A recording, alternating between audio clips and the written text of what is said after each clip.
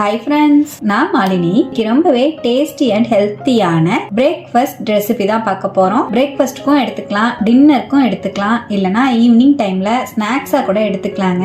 குழந்தைங்களுக்கு ஸ்கூல் விட்டு வரும்போது இந்த மாதிரி ஸ்நாக்ஸா ரெடி பண்ணி கொடுத்தீங்கன்னா செம்ம ஹெல்த்தியா இருக்குங்க. வெயிட் லாஸ்ல இருக்கிறவங்களும் இந்த ரெசிபியை எடுத்துக்கலாம், ரொம்பவே யூஸ்ஃபுல்லா இருக்குங்க. ஹை புரோட்டீன் பவுல் தான் பார்க்க போறோம். ரொம்ப ஈஸியா ரெடி பண்ணிடலாம். டேஸ்டும் பாத்தீங்கன்னா ரொம்பவே சூப்பரா இருக்கும். துளி கூட எண்ணெய் சேர்க்காம இந்த பிரேக்ஃபாஸ்ட் ரெசிபியை எப்படி செய்யறதுன்னு பார்க்கலாங்க.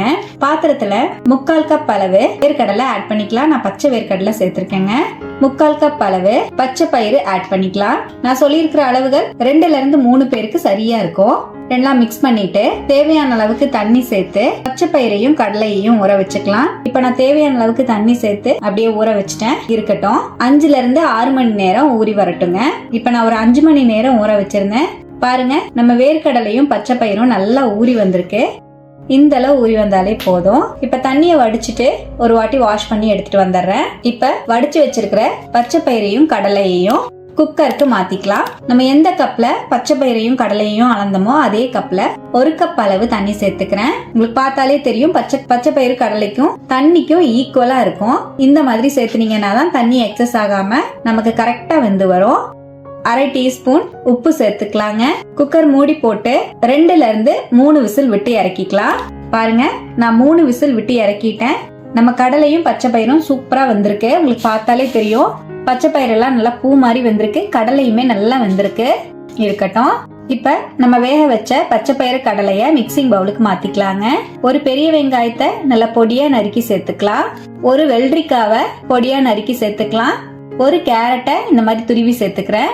கொஞ்சமா நறுக்கின மல்லித்தலை ஆட் பண்ணிக்கலாம். ஒரு தக்காளி பழத்தை பொடியா நறுக்கி சேர்த்துக்கலாம். ஒரு பச்சை மிளகாவை பொடியா நறுக்கி சேர்த்துக்கலாம். நல்லா ஃபர்ஸ்ட் மிக்ஸ் பண்ணி விட்டுறலாங்க. இப்ப நல்லா கலந்து விட்டுட்டேன்.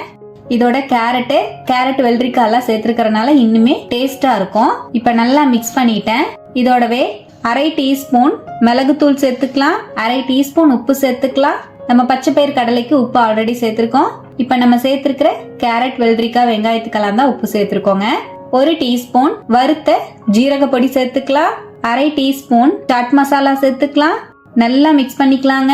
பாருங்க, நல்லா இந்த மாதிரி கலந்து விட்டுட்டேன். நல்லா ஃபுல்லா மிக்ஸ் ஆனதுக்கு அப்புறம் இதோடவே 1/2 லெமன் ஜூஸ் புளிஞ்சு சேர்த்துக்கலாம். நல்லா மிக்ஸ் பண்ணிக்கலாம். அவ்வளவுதான், நம்மளோட புரோட்டீன் ரிச் சூப்பரான பிரேக்ஃபாஸ்ட் பவுல் ரெடி ஆயிடுச்சுங்க.